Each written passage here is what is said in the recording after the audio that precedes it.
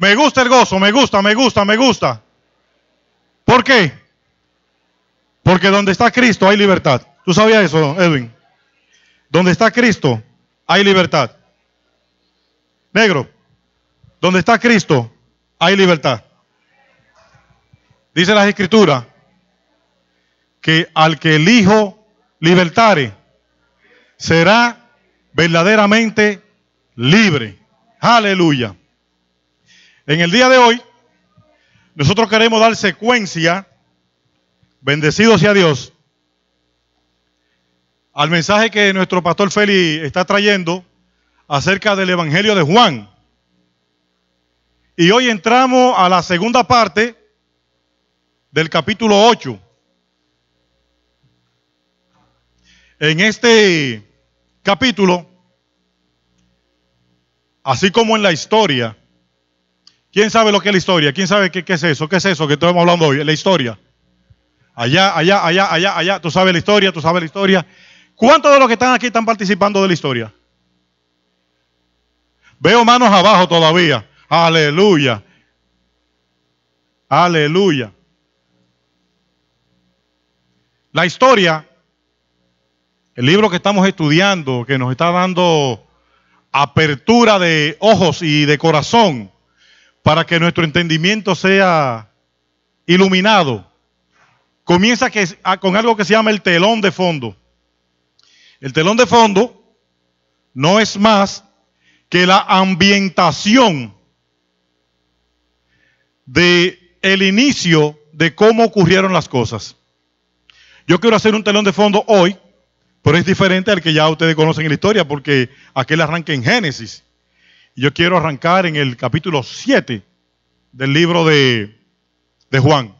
Ya fue predicado, pero hay que ambientar para que se entienda lo que está ocurriendo en la escena que vamos a ver hoy. Cristo le traen viene de hacer una multiplicación de panes, viene de cruzar por el lago, ha hecho muchas cosas. Pero entre ellas tiene una conversación con sus hermanos. Y era la víspera de una fiesta muy importante en Israel. Era la fiesta de las enramadas o la fiesta de los tabernáculos. En esa fiesta se celebra todavía el que Israel vivió en el desierto por muchos años y vivió en enramadas o en chocitas o en casitas de campañas. Y para que ellos no se les olvide eso, tenían que hacer una fiesta para celebrarlo. Fíjense cómo Dios, a través del regocijo de una fiesta, quiere enseñarle a ellos su historia, para que no lo olviden. Pero en medio de esa fiesta, había un plan macabro, porque querían matar a Jesús antes del tiempo. Mas Jesús, que conoce todas las cosas, vio el plan. Fíjense que digo, vio el plan. Porque Jesús, aún siendo hombre, es Dios. Y en el capítulo 3 dice que Jesús conoce a todos y conoce los pensamientos del corazón. Es decir, que a él no se le puede venir con cuentos y él sabía todo antes de que subiera a la mente o a la boca de algún hombre. Resulta ser que en esa conversación surgieron dimes y diretes. Y pongan especial atención a esto. Jesús comienza a decirle a ellos que estaban equivocados, que las cosas no son como ellos lo habían pensado. Y le declara el hecho de que ellos son hijos del diablo. Una palabra dura hasta hoy en día, ¿verdad? Cuando usted le dice, no, tú lo que eres un buen hijo del diablo, es una ofensa mayor. Pero Cristo sabía el plan que tenía y por qué lo estaba haciendo.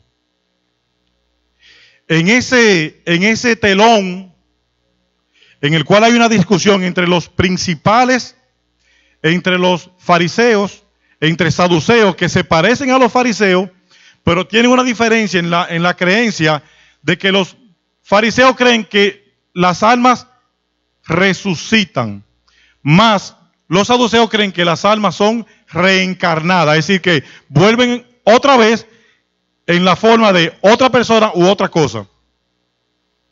Pero los dos grupos son judíos.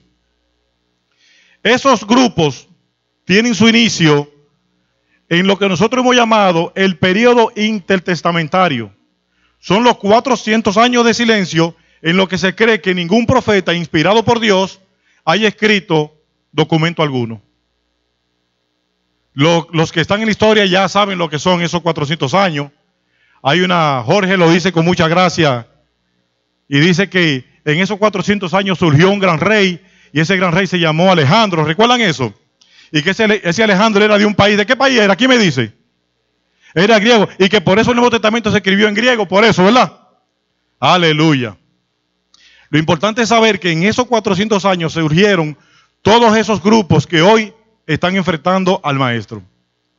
Yo quiero que vayamos al libro de Juan, y ya pasado los primeros 32 versículos del capítulo 8, comencemos a leer desde ahí.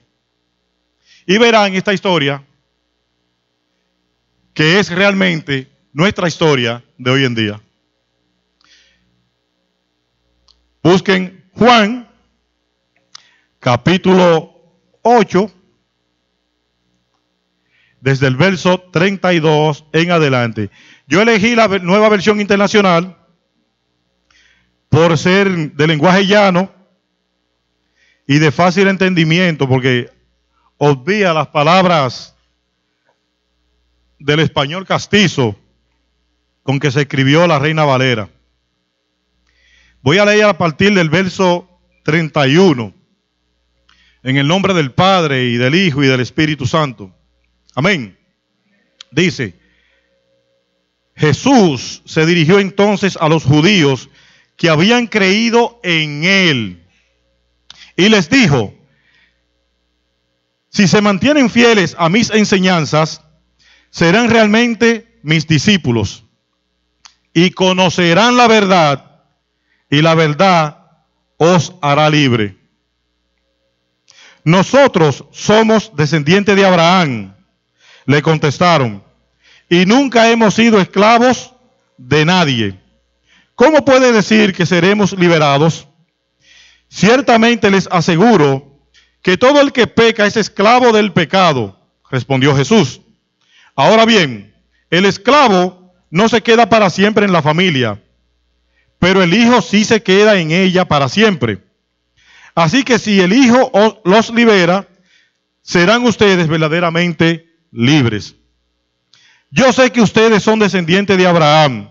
Sin embargo, procuran matarme, porque no está en sus planes aceptar mi palabra. Yo hablo de lo que he visto en presencia del Padre. Así también ustedes hagan lo que del Padre han escuchado. Nuestro padre es Abraham, replicaron. Si fueran hijos de Abraham, harían lo mismo que él hizo. Ustedes, en cambio, quieren matarme, a mí, que les he expuesto la verdad que he recibido de parte de Dios. Abraham jamás haría tal cosa. Las obras de ustedes son como las de su padre.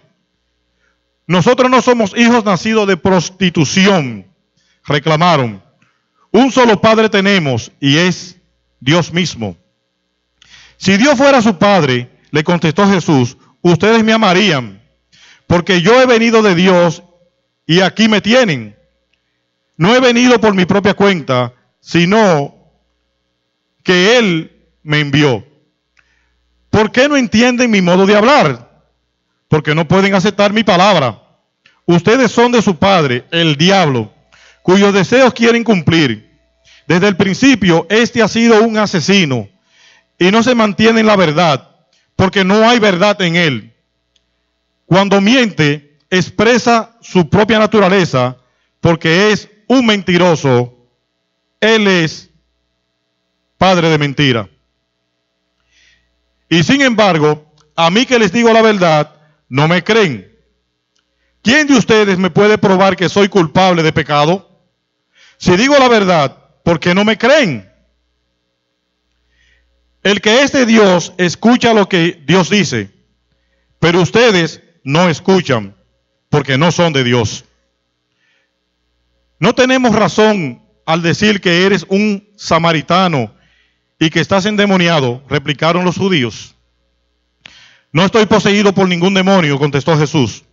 Tan solo honro a mi Padre, pero ustedes me deshonran a mí.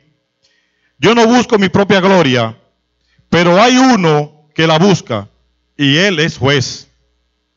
Ciertamente les aseguro que el que cumple mi palabra nunca morirá. Ahora estamos convencidos de que estás endemoniado, exclamaron los judíos. Abraham murió, y también los profetas, pero tú sales diciendo que si alguno guarda tu palabra, nunca morirá. ¿Acaso eres tú mayor que nuestro padre Abraham? Él murió, y también murieron los profetas. ¿Quién te crees tú? Si yo me glorifico a mí mismo, les respondió Jesús, mi gloria no significa nada, pero quien me glorifica es el Padre, el que ustedes dicen que es su Dios. Aunque no lo conocen, yo, en cambio, sí lo conozco. Si dijera que no lo conozco, sería tan mentiroso como ustedes, pero lo conozco y cumplo su palabra. Abraham, el padre de ustedes, se regocijó al pensar que vería mi día, y lo vio y se alegró. Ni a los 50 años llegas, le dijeron los judíos, y has visto a Abraham. Ciertamente les aseguro que antes de que Abraham naciera, yo soy. Entonces los judíos tomaron piedras para arrojárselas, pero Jesús se escondió y salió inadvertido del templo. ¡Wow! ¡Qué duro sería eso! Jesús no llegaba a los 35 años y él se atrevía a decir que él era antes que Abraham. Los que están estudiando la historia podrán conocer que Abraham está entre las primeras 10 generaciones, que es el iniciador de un llamado que Dios hace para traer su linaje a la vida eterna. Aleluya. Hay un texto aquí que a mí me llama la atención y que para todo dominicano debiera ser algo de mucha rutina. El versículo 32. ¿Quién lo dice? ¿Quién lo dice? ¿Y dónde está eso? ¿A dónde está eso? Párate, ven. Vamos a ver una cosa. Sí, ven para acá. Ella está haciendo una afirmación que es legal. Ven para acá. Aleluya. Ella dice que el versículo de Juan, capítulo 8, verso 32, una palabra que fue robada por alguien a quien yo estimo muchísimo, dice ella que está en el escudo. ¿En qué parte del escudo está eso? Dile.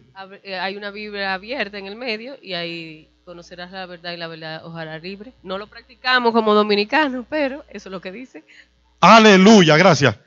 Aleluya. ¿Usted sabe lo que ella acaba de decir? Nosotros somos el único país en el mundo que tiene una Biblia abierta en su escudo de armas o escudo de guerra y que en él establece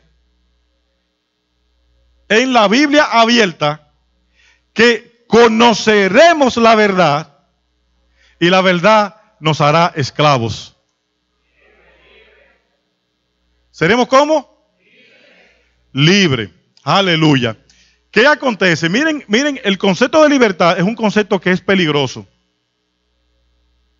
Y es un concepto que nosotros tenemos que tener claro, porque ese concepto se ha mal utilizado. Y aunque las palabras se parecen, no es lo mismo. Y eso lo veremos más adelante. El pueblo de Israel, en el momento en que Jesús está hablando con ellos, ¿era libre? ¿Quién se acuerda de eso? ¿Es libre? ¿Quién gobernaba en ese tiempo? Los romanos. Mas, sin embargo, ellos dicen ahí que nunca han sido esclavos de nadie. ¿Cómo se consideraría eso delante de una persona que conoce la verdad? ¿Que eso es? Ok, vamos a ver lo que está en la historia. Vamos a ver lo que está en la historia. Viene Abraham. Tiene 2 muchachos. Uno es apartado. Dios elige otro como descendencia. Ese se llamó Isaac. Isaac tuvo ¿cuántos hijos? 2. ¿Cuáles eran los nombres de ellos? ¿Qué pasó con Jacob? ¿Qué pasó con Jacob? ¿Tuvo?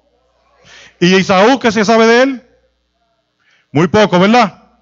Pero de Jacob hubo un 11avo. ¿Cómo se llamó ese 11avo? José. ¿Y José estuvo dónde? En Egipto, ¿verdad? ¿Y llegó en qué condición a Egipto? Como esclavo. ¿Y llegó a ser? Oye, pues usted sabe mucha historia. Luego que el pueblo creció, duraron 400 años, ¿se acuerdan de eso? Y el pueblo creció. ¿Qué pasó con uno de los faraones que vino y no reconoció la obra de José? ¿Qué hizo con el pueblo? Pero dicen ellos que ellos nunca han sido esclavos de nadie. Hay algo raro ahí, ¿verdad? Seguimos caminando. Ese pueblo, viene un libertador, que no entiendo para qué un libertador si ellos nunca han sido esclavos de nadie, y lo saca de Egipto, lo lleva hacia el otro lado del Mar Rojo. Allá suceden muchas cosas maravillosas que no se las voy a contar aquí porque eso es en la historia que tienen que aprenderlo y que tienen que ponerlo en práctica, pero allí Dios le da leyes. No obedecieron las leyes y tuvieron fracasos. Pasa el tiempo, el pueblo se divide en 2 grupos. ¿Cuántas tribus se fueron a un lado y cuántas tribus se fueron a otro? Aquí me dice. 10. ¿Y cómo se llamó ese sitio del sur? Oye, dice que Israel. Judá. ¿Y lo del otro lado? Israel, ok. Ellos hicieron los 2 grupos que se dividieron, hicieron siempre la voluntad de Dios, obedecieron a Dios en todo el tiempo, ¿cierto? ¿Qué pasó entonces por su desobediencia? ¿Por quiénes? Los del sur, ¿quién vino? Los Babilonia. ¿Y los del norte? Pero dicen ellos que ellos nunca han sido esclavos de nadie. Hay como un problema, ¿verdad? Resulta ser, pasa el tiempo, caen los asirios, caen los babilonios y vienen otros reyes. Entre ellos los Ptolomeos, entre ellos los griegos y otra vez los egipcios. E Israel nunca después de eso tuvo una cabeza visible que pudiera decir, nosotros gobernamos sobre el mundo, sino que ellos todo el tiempo fueron gobernados. Aleluya. Gloria. Tan duro en la historia, me gusta eso. Me gusta eso. Viene Alejandro el Grande, y Alejandro el Grande era judío, ¿cierto?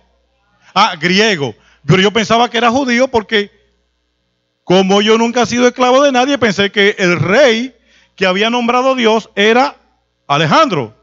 Pero no fue así. Alejandro tuvo el reino más grande que se puede contar en la historia, pero también por el menor tiempo. 14 años duró su reino y fue hegemón en Grecia. Fue faraón en Egipto. Y fue rey sobre toda Asia y sobre todo lo conocido en esa zona. Pero, como él murió muy joven, muchos generales quisieron también ser hegemones en Grecia y eso ocasionó gran división. Y es por eso que surge un nuevo reino. Y ese reino fueron los romanos, quienes gobernaban en el momento de que Israel recibe al libertador.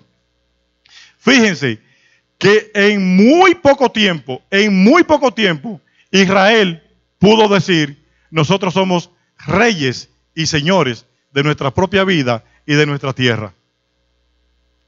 Aleluya.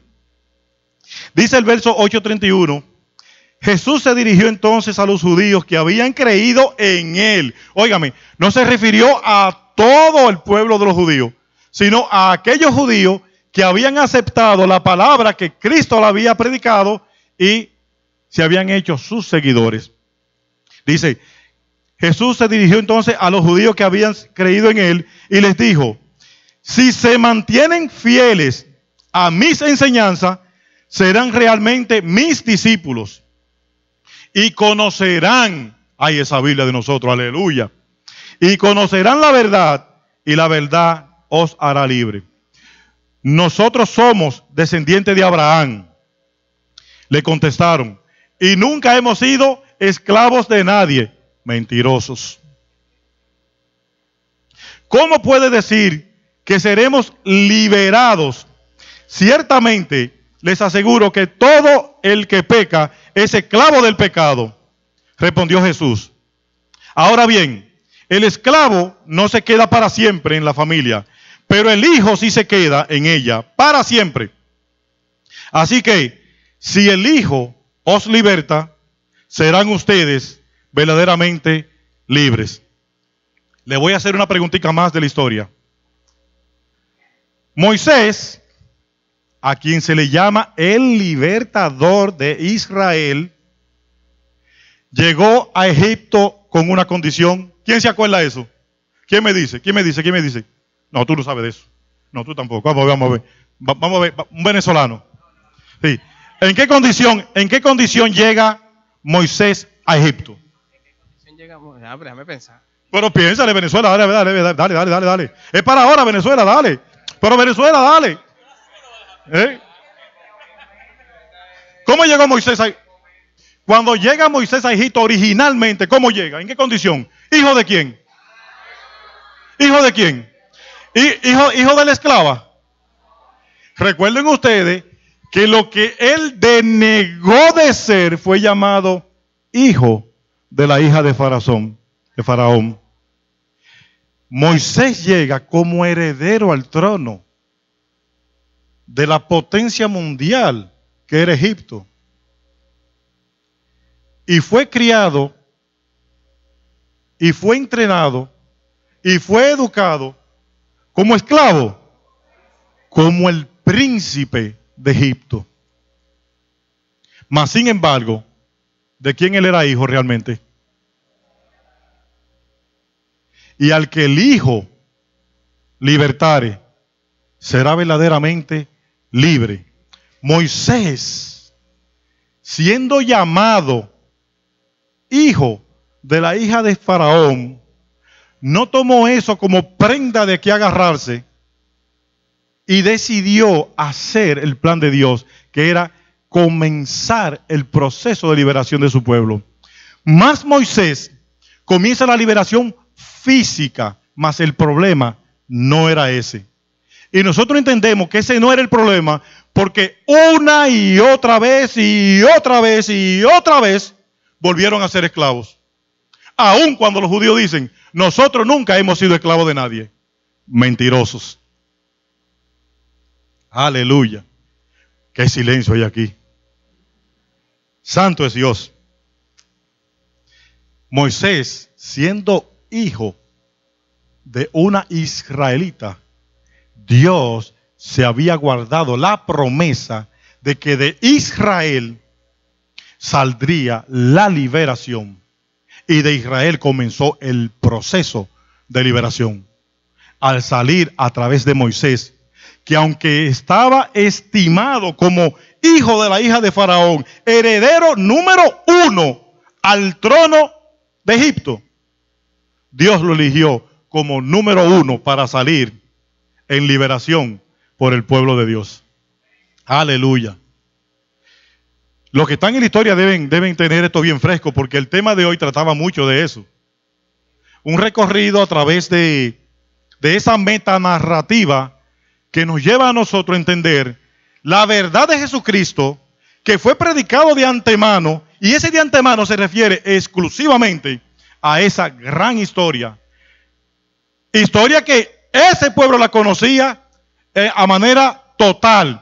Pero la línea del tiempo que tenían que seguir para llegar a ese Salvador, la tenían velada. Bendito sea el Señor.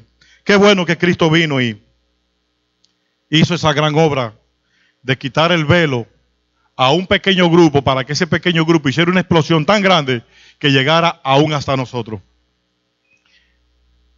El tema de ese breve pasaje, hermano, trata acerca de la libertad. Y fíjense que he hecho un contraste entre lo que ellos creían que era la libertad y lo que era realmente la libertad. Cristo vuelve a afirmar otra vez y dice, porque es que al que el Hijo libertare, no es que será libre, es que será verdaderamente libre. A veces nosotros creemos que estamos libres porque podemos transitar en un tramo de espacio. Pero no somos libres porque tenemos una jaula, aunque grande, estamos metidos dentro de una gran jaula. Y solamente nos damos cuenta cuando llegamos al borde, cuando llegamos al límite. Nos damos cuenta que nuestra libertad no era real, sino era mediática. Dios, a través de Moisés, liberó a Israel de Egipto y siguieron siendo esclavos una y otra vez. Porque el problema no eran las botas de los soldados de ejércitos enemigos. El problema venía aún con una trascendencia mayor. Dios nos llama a nosotros a tener una fidelidad como le llamó a ellos. Una fidelidad a las enseñanzas. Y hay dos palabritas que nosotros hemos aprendido en primero principio, que nosotros tenemos que tener siempre fresca, porque el cumplimiento de Cristo, desde Adán, es exactamente esas dos palabritas. Una es el queritma y la otra es didaché. Queritma es la proclamación del Evangelio a través de unos elementos claves que registran a Cristo antes de venir a la tierra como hombre, cuando llega a la tierra y cuando se va y deja una promesa de liberación. Por eso es que nosotros decimos que Cristo fue predicado de antemano, enseñado por los profetas, visto en el futuro lejano. Aunque para ellos ese futuro lejano que nosotros vemos hoy era mañana. Mañana, era siempre al día siguiente, era cerca. Porque ellos sabían que en cualquier momento ese libertador podía llegar. Luego pasaron miles de años y esa realidad no se había hecho posible. Mas, sin embargo, la promesa de Dios permanecía fiel. Y aquí yo quiero detenerme un poco en esa palabra fiel, fidelidad. La palabra fiel involucra a otra palabra que tiene un peso mayor. Y en los pactos que hizo Dios con el hombre, a todos le refirió la misma condición. Dios le dice a Abraham, primeramente Dios le dice a Adán, mira Adán, todo esto que está aquí, yo lo he creado para ti. Gobiérnalo, administralo, llénalo, cuídalo. Solamente te digo que de esos dos árboles que están ahí, déjalo ahí. No te llegues a él. Satanás, que viene siendo padre de mentira, engañador, usurpador, desde antes que la creación física que nosotros tenemos sea, engaña al hombre y lo hace desobedecer la ordenanza que Dios le había dado. Y en la desobediencia entra el pecado a la humanidad. Es por esto que Dios, en los pactos que hace, lo primero que le dice a Abraham, primero en la línea para traer a Cristo en su descendencia, le dice, si me obedeces, oigan esto, si me obedeces, te bendigo. Mas si me desobedece, te voy a maldecir. Si me obedece, te voy a bendecir a ti y a todas tus generaciones. Mas si me desobedece, espera lo tuyo que te lo doy. Pasa el tiempo, llama a Moisés y le dice exactamente lo mismo. Si me obedeces, te voy a bendecir. Mas si me desobedece, te voy a maldecir. Cruzaron el mar y en el desierto le dice Dios, le tengo un negocio, le tengo un pacto. le voy a dar una tierra prometida, la misma que le ofrecí a vuestro padre Abraham. Mas, si me obedecen, serán bendecidos. ¿Sabe lo que dijeron ellos? Obedeceremos. Dice Dios, que así sea escrito. Firmemos este negocio aquí. Me van a obedecer. No pasaron ni una hora cuando ya el pueblo estaba en franca desobediencia hacia Dios. Y es por eso que Dios tuvo que traer la ley 2 veces, para que tuvieran en cuenta que lo único que Dios estaba demandando de toda la humanidad representada en aquel entonces allí era que le obedecieran.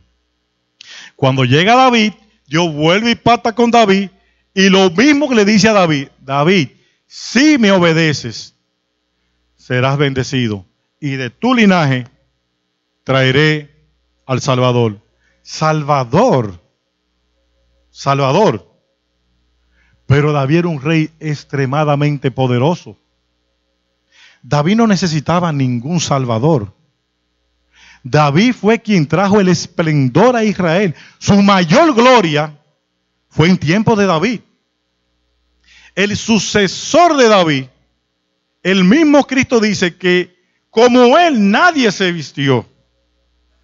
Como él nadie tuvo tantas riquezas. Y como él nadie tuvo tanta sabiduría. Mas sin embargo, en su ocaso, nosotros sabemos que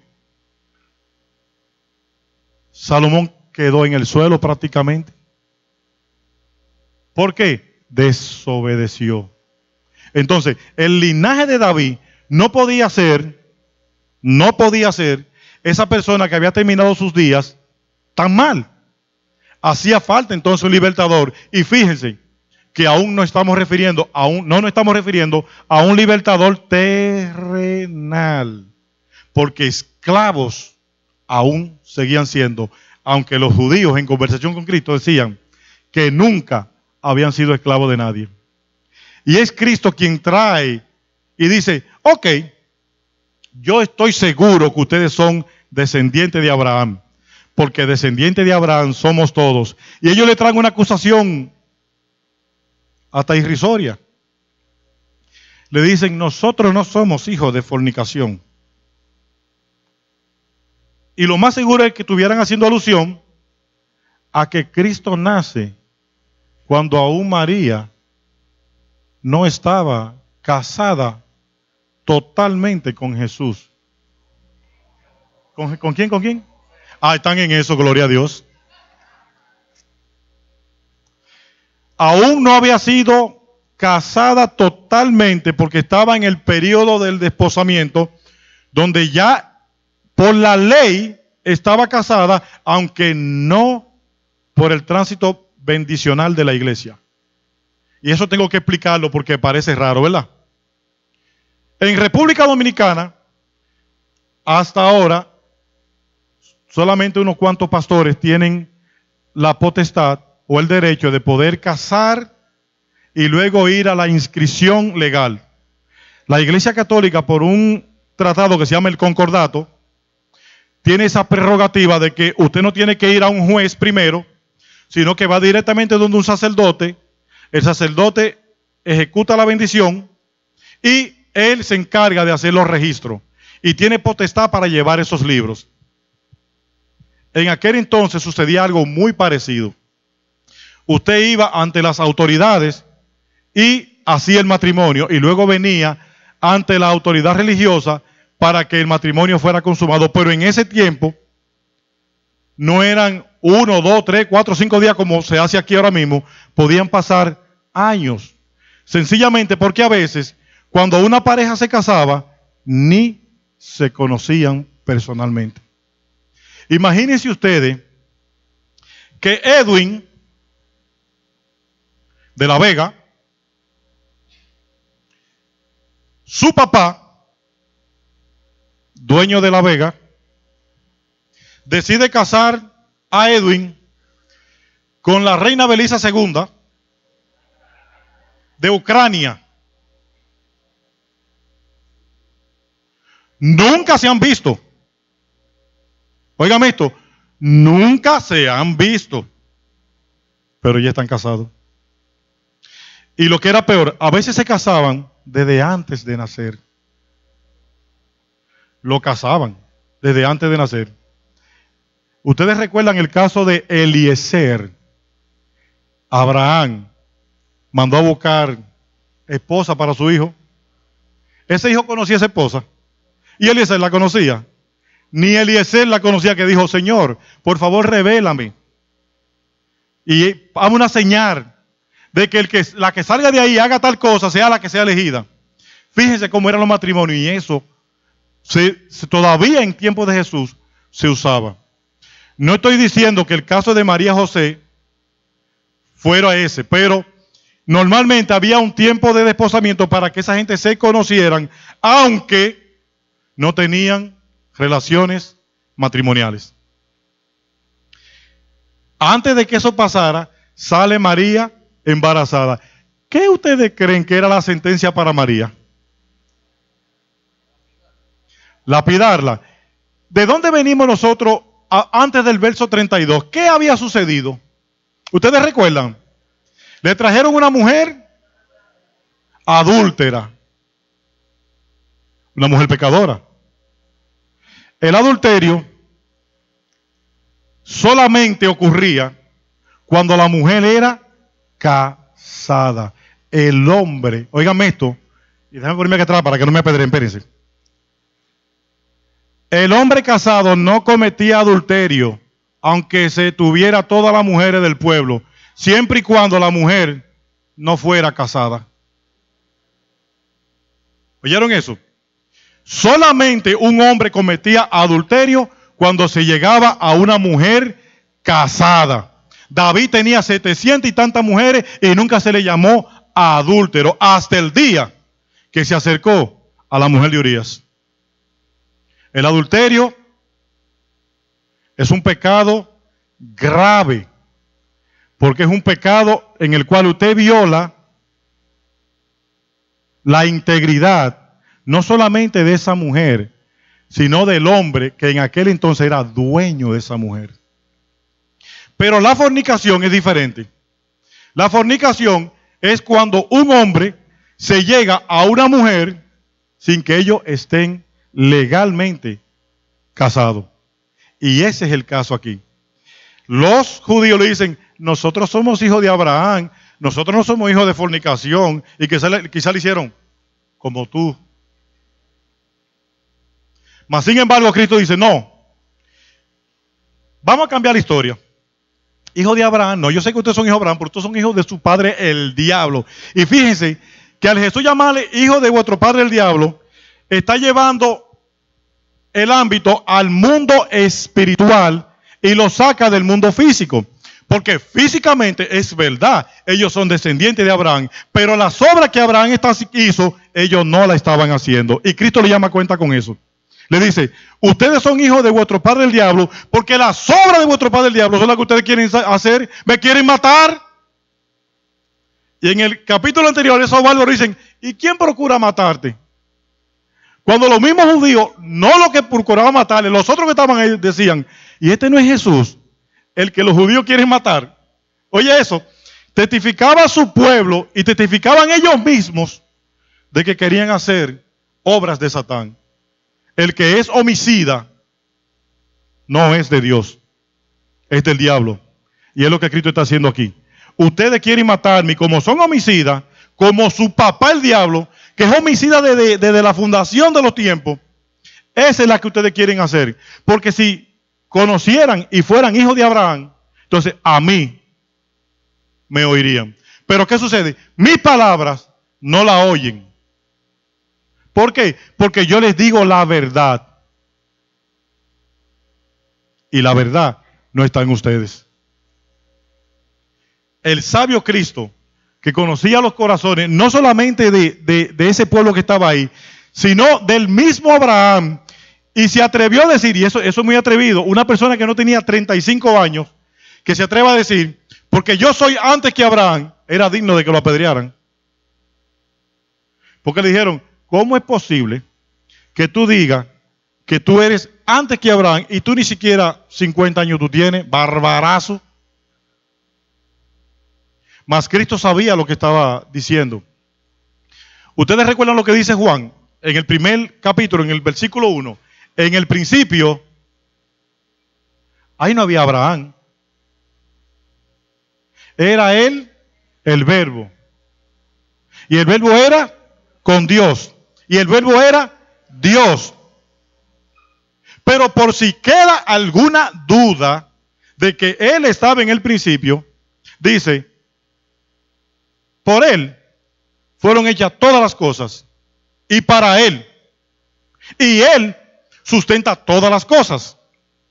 Mas no se queda ahí. Y dice, y también en el principio, él era la luz. Aleluya. La luz. Pero si nosotros tomamos el libro de Génesis y revisamos los primeros 4 versículos, vemos que la luz se creó al cuarto día, la luz que nosotros vemos hoy, que representa la noche y el día. Mas el primer día, la función de iluminar fue creada y solamente se le llamó luz. Y es Juan quien dice, en el principio, él era la luz que ilumina a todos los hombres. Aleluya.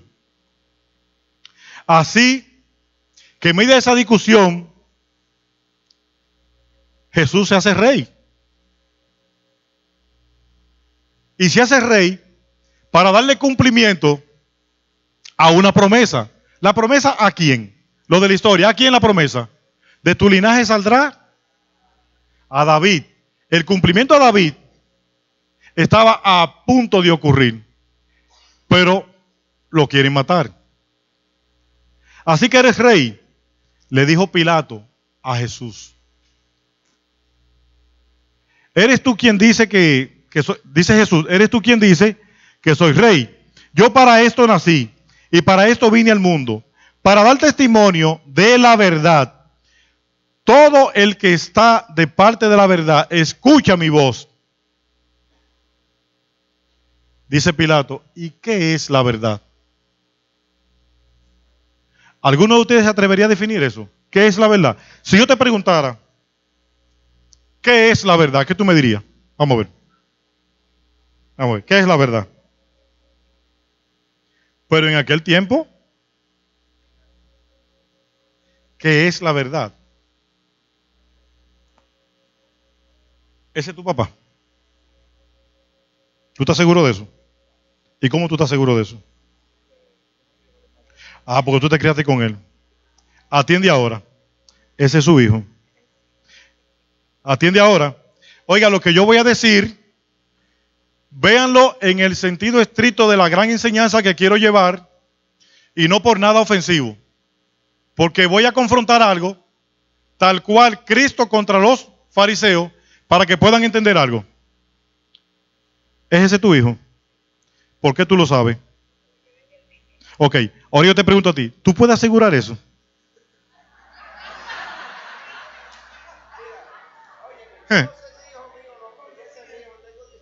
Te lo asignaron.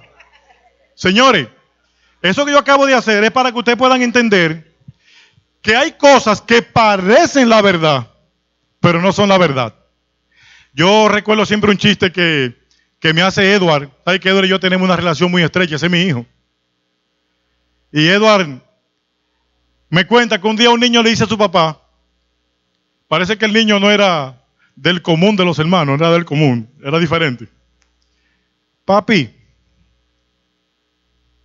¿y es verdad que yo soy adoptado? Y el papá le responde, mira muchacho, la porra, ¿qué es lo que vamos a hacer? ¿Tú crees que si hubiese sido adoptado yo hubiese cogido el más feo? Él le dice, el niño le pregunta que si era verdad que él era adoptado. Y el papá le dice, pero ¿cómo va a ser que tú eres adoptado? ¿Tú crees que si hubiese sido adoptado yo cojo el más feo? Entonces, aleluya. Eso pasa muchas veces, señores. A veces nosotros entendemos algo que se ve a simple vista de una manera y es una paradoja. Realmente es otra cosa. La chanza con ellos, mire, ese muchacho es igualito a ese hombre. No hay duda de que es hijo de él. Pero Eso es para que ustedes puedan entender que a veces asegurar cosas no es tan sencillo. No es tan sencillo. Y ellos aquí tienen una discusión. Y de todo, el único que tiene la verdad es Cristo. El único que está refiriendo la verdad es Cristo.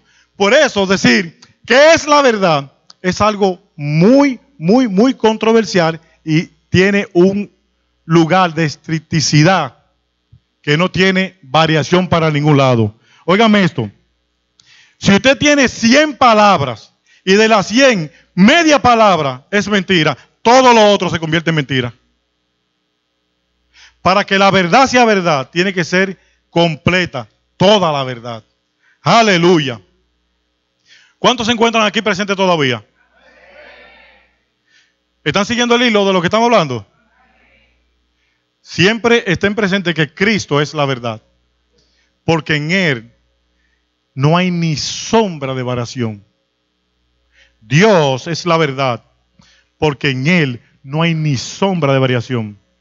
Dice las Escrituras que Dios no es hombre para mentir, ni es hijo de hombre para que tenga que arrepentirse. Porque en el hombre, tarde que temprano, variación habrá. Mas sin embargo, por eso fue necesario tener un Salvador. Cristo no necesitaba salvarse a sí mismo. Como le dijo un mentiroso que estaba a su lado.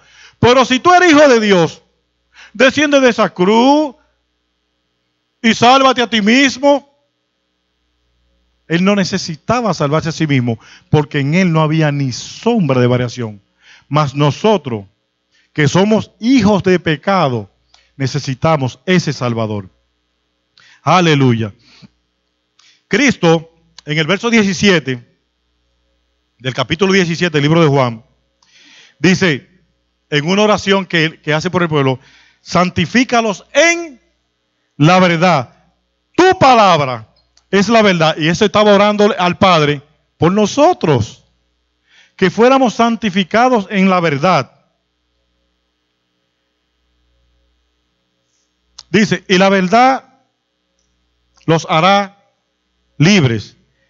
¿Libertad de qué? ¿Somos esclavos hoy en día? ¿Libertad del pecado? ¿Libertad de qué más? De la misma falsedad. Hermano, fíjense algo interesante. Nosotros nos pasamos toda una vida trabajando durísimo, arriesgando nuestra propia salud, nuestra integridad, todo, por obtener dinero para el mañana. Y luego en el mañana tenemos que devolverlo todo tratando de conseguir la salud que perdimos. Eso es una falsedad y una contrariedad. Nosotros nos vemos retados en un momento determinado por alguna razón y normalmente somos incapaces de declarar la verdad. Mas sin embargo, del interior nuestro, lo primero que sale es una excusa. Dicho sea de paso, las excusas normalmente son mentiras. Todo el que pone una excusa fue simplemente porque no cumplió con lo que se le había encomendado. Porque el que lo hizo no tiene que poner excusa, simplemente lo hizo. Libertados del designio de Satanás y de la condenación eterna. Hermanos, una sentencia pesaba sobre nosotros. ¿Por qué? Porque la paga del pecado es muerte. Y nosotros todos en Adán fuimos constituidos pecadores. Mas en el postrer Adán, en Cristo, todos somos llamados a libertad. Porque dice esa escritura que al que el Hijo libertare será verdaderamente libre. Aleluya. Gloria sea a Dios. Cristo nos libertó para que vivamos en libertad. Y al inicio dije que esa palabra es peligrosa, porque se parece mucho a otra que se llama libertinaje. Si Cristo nos llamó a nosotros a libertad, y libertad se parece mucho a libertinaje, significa esto que como yo soy libre, puedo hacer todo lo que yo quiera y lo que me venga en mi santo deseo. ¿Cierto? Es así. Edwin, ¿qué tú dirías? Yo puedo hacer todo lo que yo quiera, pues yo soy un hombre libre. ¿Qué tú dices? Ahí cambia a ser libertinaje. Eso como que no se entiende, Edwin, todavía. Vamos a preguntarle a otro. Mira, a un señor que tiene canas, mira. Que por la edad, aunque es joven. Cristo dijo que él era antes que Abraham y no llegaba a los 50. Néstor, ¿puedo yo hacer, o tú también, todo lo que tú desees porque tú eres un hombre libre? Nos consideramos libres, pero estamos atados a otras cosas. ¿Qué otras ataduras tenemos nosotros que tú mencionas por las cuales no somos libres?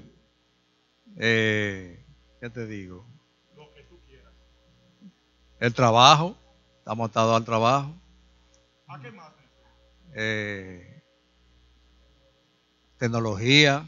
¿Tú estás atado a ella? También. ¡No! Aleluya. Óigame esto, le puse el ganchito. El matrimonio no es una atadura. En el matrimonio, ese señor dejó de ser simplemente Néstor y ella dejó de ser simplemente ella. Ellos son uno. Pero sí estamos atados a muchas cosas. De hecho, este cuerpo, vamos a ver. Desde Venezuela para el mundo, vamos a ver. Desde Venezuela para el mundo. Ahora somos esclavos de Cristo. Eso se oye como bonito, pero todavía la palabra esclavo es difícil. Vamos a ver al maestro. El maestro se ríe solamente porque es esclavo de ella. Aleluya. Jimmy, dime, ¿qué tú crees de esto? Al que el Hijo libertare será verdaderamente libre. El hombre viene y muere y nos da libertad. Y ahora yo soy libre. ¿Puedo hacer todo lo que me venga en gana? ¿Qué tú crees de eso, Jimmy? No la mire a ella, que ya no te va a dar hoy por eso. No podemos hacer lo que nos da la gana. Si tú eres un hombre libre, ¿qué es lo que pasa con esto? Vamos a ver. Es que ese tipo de libertad, la libertad celestial, es diferente a la libertad que los humanos vemos como... Dice Jimmy, libertad celestial. ¿Vivimos en el cielo ahora mismo, Jimmy? No, vivimos aquí en la tierra. Y estamos atados a la tierra por la carne. Estamos atados a la tierra por la carne. Eso es peligroso, esa carne, espérate. Doña Sonia, ¿usted qué dice de esto? Vamos a ver. Dice la Escritura que todo me es lícito, mas no todo me conviene. Wow, Pablo hablando. ¿Y qué significa eso? Eso que no podemos hacer todas las cosas. Pero usted dijo, todo me es lícito, y lícito es ley. Sí, voy para allá ahora. Lícito es ley. Es decir, la ley dice que yo todo lo puedo hacer. Le voy a hablar algo de ley. Cómo sucede en los países socialistas y cómo sucede en los países como el nuestro. Para que entiendan una diferencia. Vamos a ver, Harold. Voy para allá. Son dos vertientes. La primera es que estamos atados al pecado y el pecado a la muerte. Por eso es que todos podemos morir. Mas quien sigue a Cristo es libre en vida. Por eso Él venció la muerte. Libre en vida, en la vida de nosotros, es la palabra de Cristo para vencer la muerte y conseguir la gloria. Gloria a Dios. Mire cuánta sabiduría tiene Harold. Nosotros estamos atados a este cuerpo. Este cuerpo es de pecado. Cristo nos dio libertad. Pero esa libertad tiene límites en la tierra. Vamos a ver qué dice esta bella mujer. Vamos a ver. Bueno, Dios es claro en su palabra. Él dice, mira que te pongo la vida y la muerte. Escoge tú la vida para que vivan tú y tus hijos. Nosotros todos como hombres, como seres humanos, tenemos una voluntad. Y podemos decidir si escogemos la vida, que es Jesucristo, o escogemos la muerte.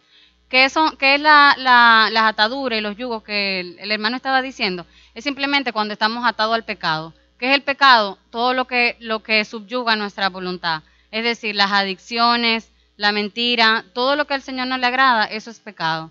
Entonces, podemos escoger vivir una vida de desobediencia, prefiriendo dándole placer, como usted dijo, a nuestra carne. Pero la verdad es que el final no será un final de bendición, porque como usted dice, Dios dice, escoge la vida, pero si escogemos la muerte, que es la desobediencia, entonces obviamente el pecado trae arrastra sus consecuencias. Y no solamente eso, sino que nosotros como seres humanos podemos decir, bueno, pero es mi vida, yo la vivo. No, porque aparte de eso, todo lo que hagamos va a tener consecuencias también en nuestros hijos, porque el Señor dice en su palabra que las bendiciones alcanzarán hasta la tercera y cuarta generación. Aleluya. Oye, cuánta sabiduría hay ahí. Mira, ella dice algo. Un aplauso a ella, un aplauso. Gloria a Dios, aleluya. Aleluya. Miren algo interesante. Ella habla, lo que ella está diciendo es una conversación que hay entre Dios y Caín. ¿Ustedes recuerdan a Caín? Dicen de Caín que es el homicida más grande de toda la historia. 25% de la humanidad mató en un solo día.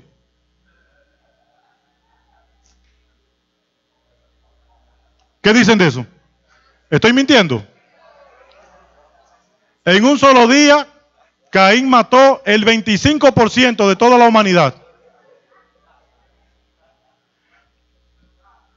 Oigan esto. Dios le dice, delante de ti yo pongo dos caminos. En ti está la decisión. Elige lo bueno y será bendecido. Es decir, obedéceme y te voy a bendecir. Pero elige lo malo y serás maldito. Anatema. Y él, dando cumplimiento a la palabra de Dios que dijo, ciertamente son los pensamientos del hombre de continuo el mal, no eligió la bendición de Dios. Se fue hacia el otro lado. ¿Y qué pasó con él? La Biblia relata su historia. Pero nosotros fuimos llamados a libertad. Israel estaba esperando un libertador.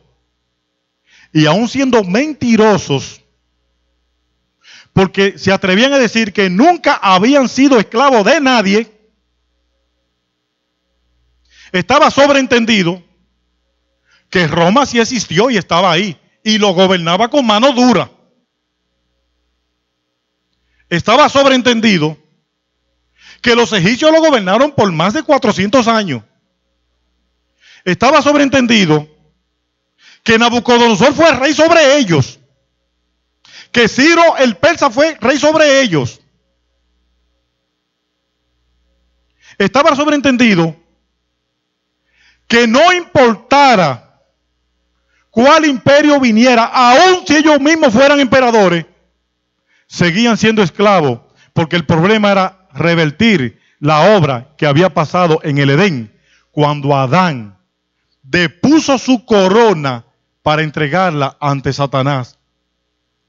Y es por eso, amado hermano, que el día de la trifulca de Cristo con Satanás, después del bautismo de Cristo, Satanás le ofrece, mira, estos son todos los reinos y te los voy a dar. Si tú postrado me adoras, si tú doblas tu rodilla delante de mí y me da adoración. Y Cristo no le dijo, no, esos reinos no te pertenecen, sino le dijo, no. Escrito está que solamente al Señor tu Dios adorará. Y llevó la conversación al plano netamente espiritual, como Cristo lo está llevando hoy en día. Cristo quiere decirle a ellos, ustedes no son esclavos de los romanos simplemente, ustedes son esclavos del diablo que lo tiene sometido. Y yo he venido para que tengan libertad de Satanás. Porque cuando le quite a Satanás de encima, los demás imperios ninguna significación tendrán.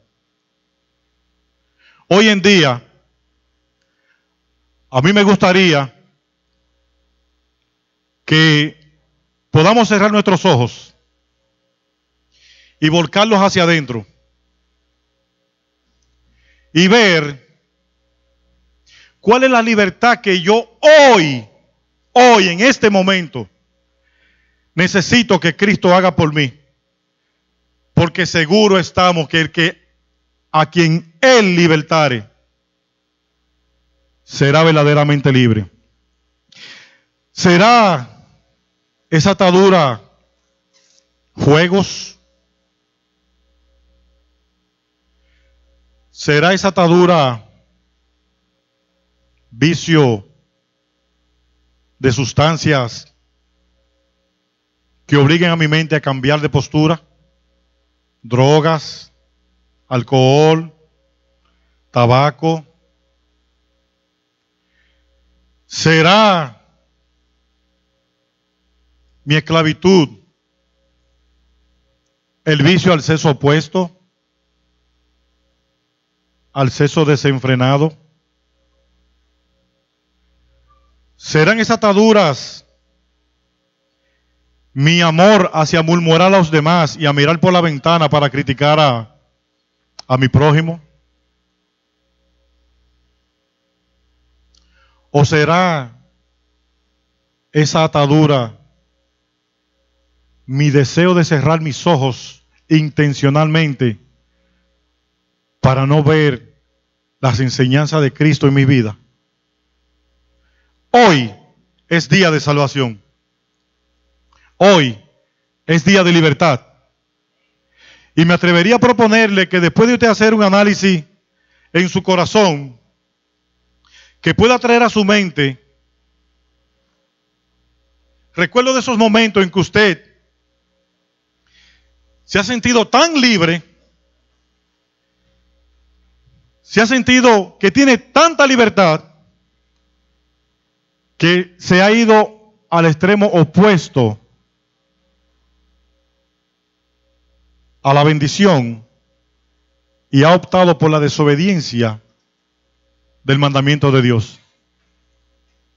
En este día, que es día de ponernos a cuenta con Cristo, me gustaría que se pongan de pie. Aleluya. Día de salvación y de regocijo. Cristo nos quiere libertar, y al que el Hijo libertare será verdaderamente libre. Si hay alguno aquí en este día que hoy quiere ponerse a cuenta con Dios, a sabienda de que al Señor Jesús nadie le puede contar nada, porque Él conoce los corazones y sabe lo que tú estás meditando en este preciso momento, yo te digo en este día que desoiga, que no escuche la voz del que te dice: no le hagas caso, porque tú eres descendencia de Dios. Más bien escucha la palabra de Cristo, que dice que Él vino a traer vida y a traerla en abundancia, y que hoy es necesario que nosotros pongamos nuestros corazones en la balanza de Cristo, para que Él sea quien despache salvación y vida eterna.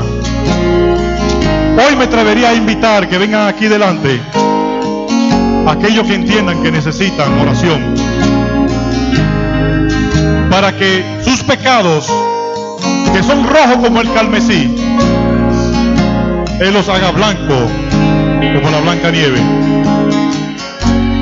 Y para aquellos que sus pecados son verdes como la grana, Él lo haga blanco como la nieve. Hoy es día de perdón y es día de salvación. Y dice que si alguno oyere su voz, no endurezca su corazón, porque Él está presto para despachar libertad,